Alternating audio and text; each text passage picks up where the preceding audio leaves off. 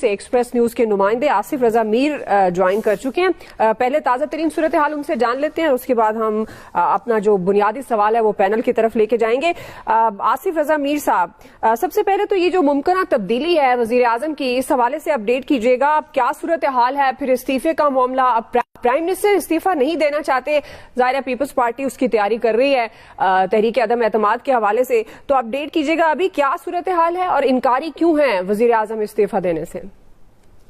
जी बहुत शुक्रिया। इसमें कुछ चीजें ऐसी हैं कि जो मैं समझता हूँ कि हमें जरा तारीख में जाना पड़ेगा और देखना पड़ेगा कि चौधरी अनवारुल हक जब वजीर आजम बनते हैं तो 48 वोट उनके हाथ में आते हैं। ये आजाद कश्मीर की पार्लिमानी तारीख में पहली मरतबा ऐसा हुआ है। बड़े बड़े नाम आजाद कश्मीर की सियासत में मौजूद हैं जिनको पैनल पर बैठे हुए याद साहब, अमर लियाज सालम साहब को अच्छी तरह याद होगा, सरदार अब्दुल कयूम खान, सरदार सिकंदर हयात और इस तरह के बड़े नाम है। उनके हिस्से में भी कभी इतनी मेजोरिटी नहीं आई जितनी इनके हिस्से में आई थी और उस वक्त पीपल्स पार्टी और मुस्लिम लीग नून ने भी इनको वोट दिया, पीटीआई के फॉरवर्ड ब्लॉक ने भी इनको वोट दिया। इतना भारी मैंडेट लेकर आए और इस अरसे में पीपल्स पार्टी और नून लीग उनके साथ शराकत इक़्तिदार में बराबर की जो है ना वो शरीक रहे। लेकिन अब जब नाकामी हिस्से में आई है और अवामी एक्शन कमेटी के इस एपिसोड के बाद ये आफ्टर शॉक्स हैं, ये सारे के सारे अवामी एक्शन कमेटी के आफ्टर शॉक्स हैं जो आप फील कर रहे हैं और उसके बाद फैसला किया गया जी इनको हटाना है। इससे पहले भी 2-3 मरतबा कोशिश हुई वज़ीर आज़म के खिलाफ अदम एतमाद की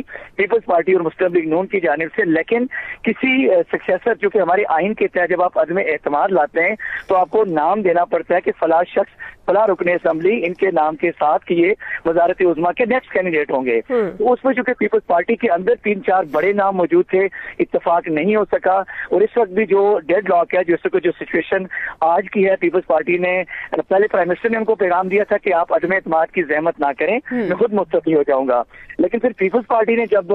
नंबर गेम उनके बकौल उनका दावा था कि पूरे हो चुके हैं और मुस्लिम लीग नून की जानिब से अब जब ये कहा गया कि वो बैठेंगे तो अपोजिशन में, ये बड़ा हैरान कुन बात है कि बैठेंगे तो वो अपोजिशन में लेकिन वो वोट पीपल्स पार्टी के उम्मीदवार को देंगे और अदम एतमाद का इस हद तक हिस्सा होंगे। उसके बाद उनका फिगर जो है वो 36 पे चला गया। लेकिन इसमें जो असल जो अंदर की कहानी है वो ये है कि मुस्लिम लीग नून के चंद अरकान असेंबली जो है अगर पार्टी डिसीजन कर भी देती है अदम एतमाद का तो वो शायद प्राइम मिनिस्टर के खिलाफ वोट ना दें। ये वो बुनियादी बात है कि जिसकी वजह से अभी पीपल्स पार्टी गुमगु कैफियत का शिकार है, क्योंकि जो पीटीआई फॉरवर्ड ब्लॉक के लोग जो जाके फरियाल तालपुर साहिबा से मिले थे और पीपल्स पार्टी की बाकी क़यादत से मिले थे, उस मुलाकात के बाद वो भी मंजर आम से गायब हैं। उनके बारे में हतमी तौर पर कुछ मालूम नहीं हो सका और पीटीआई की क़यादत ने यह भी कहा है कि उनके खिलाफ हम रेफरेंस लेके जाएंगे जो पीपल्स पार्टी के कैंडिडेट को वोट देगा। पीपल्स पार्टी वाले शुरू में तो बहुत ज्यादा पुरएतमाद थे, आज उनके वज़रा और उनके अरकान असेंबली मुजफ्फराबाद पहुंचे, लेकिन उसके बाद 2 बजे का टाइम गुजरने के बाद जब उनसे राब्ता किया गया